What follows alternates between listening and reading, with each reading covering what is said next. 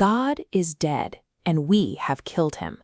When Friedrich Nietzsche wrote those words in 1882, he was issuing a warning. The absolute moral framework that had guided human life for centuries was collapsing.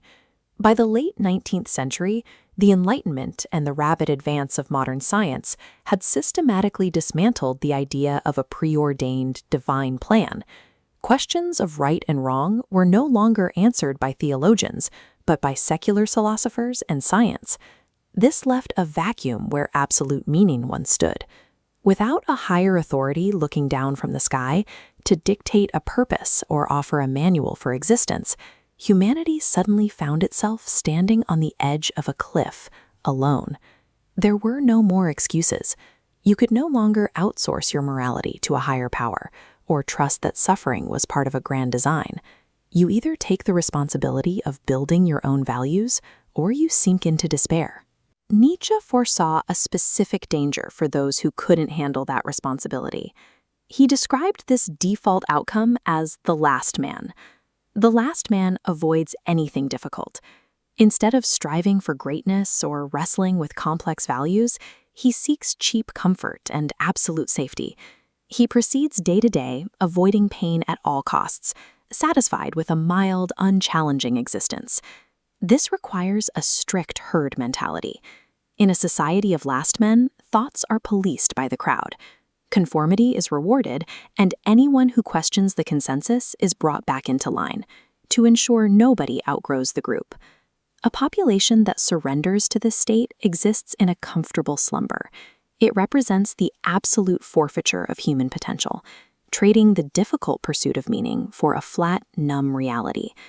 To counter this mediocrity, Nietzsche proposed an antidote, the Übermensch, often translated as the Superman or the Overman.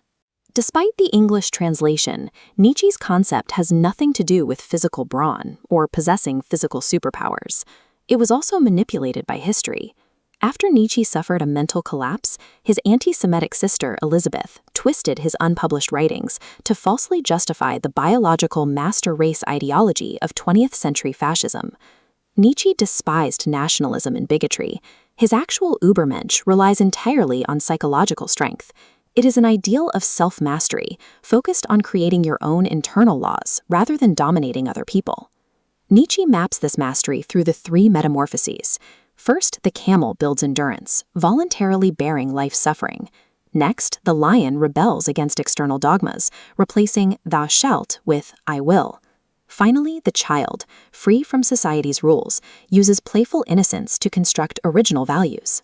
The engine driving this final stage is a concept Nietzsche called amor fati, a deep love of one's fate.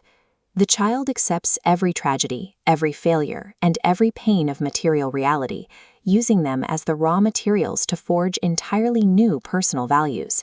Enduring hardship and tearing down old rules are only stepping stones. The final expression of strength is a joyful, creative affirmation of the life you actually have right in front of you. This mental evolution carries a steep cost. As your mind becomes more independent, you inevitably drift further away from the crowd. Real growth requires space, and that space often looks exactly like isolation. The herd will actively resist you. When you start living by your own meaning, you hold up a mirror to the collective mediocrity around you. A self-mastered individual quietly exposes the complacency of everyone else still operating on autopilot. Nietzsche acknowledged that the Übermensch remains an unreached ideal. It functions as a standard for human aspiration, even if no individual has ever fully inhabited it. We live in a landscape built on recycled ideas, manufactured desires, and constant requests for approval. A mind that refuses to bend to external validation cuts through that noise entirely. The Übermensch represents the grueling, ongoing work of conquering yourself.